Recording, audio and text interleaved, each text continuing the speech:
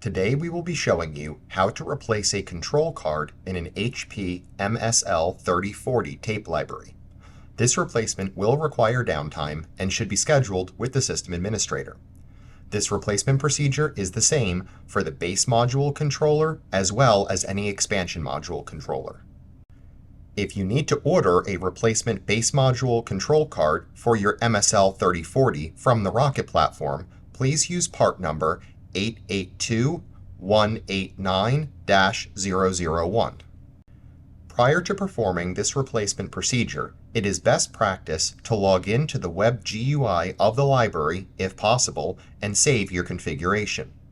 Even though the library configuration is saved on both the base model control card and the library control chassis, it is always a good idea to have a saved configuration to restore from if needed. Once the configuration has been saved, you can power off the library by pressing and holding the power button for approximately 5 seconds and then releasing it.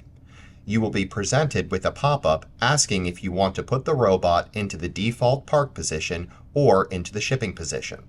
Select the default parked position and wait for the library to power itself off. Now you can move to the rear of the library. Locate the module with the failed control card. Modules are always numbered from the bottom, starting with number 1. For our example, we are using just a base module controller. First, unplug the power to that module. Then, unplug any module interconnect cables going to the control card if they are present. Also, unplug the Ethernet cable from the control card if it is present. Then, undo the 2 thumb screws holding the control card in the library. Once they are loosened, you can pull the control card back and out of the library and set it to the side.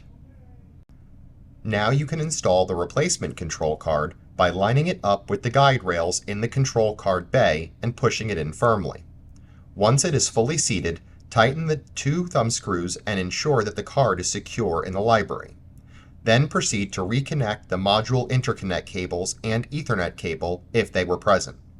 Then you can reconnect the power cords to the module and move around to the front of the library and hit the power button once to power the library on. The library will now initialize and should automatically restore the configuration from the chassis to the replacement control card. It is important to log into the web GUI of the library and verify that all settings are correct. Additionally, if your library had any licensed features, verify that the license information was retained and re-enable any features if necessary.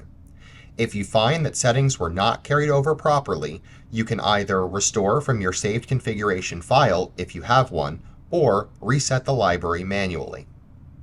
If you are having any issues with the controller card replacement, or your library is still having errors after the replacement of the control card, please reach out to us at support@therocketplatform.com and we will be happy to assist you.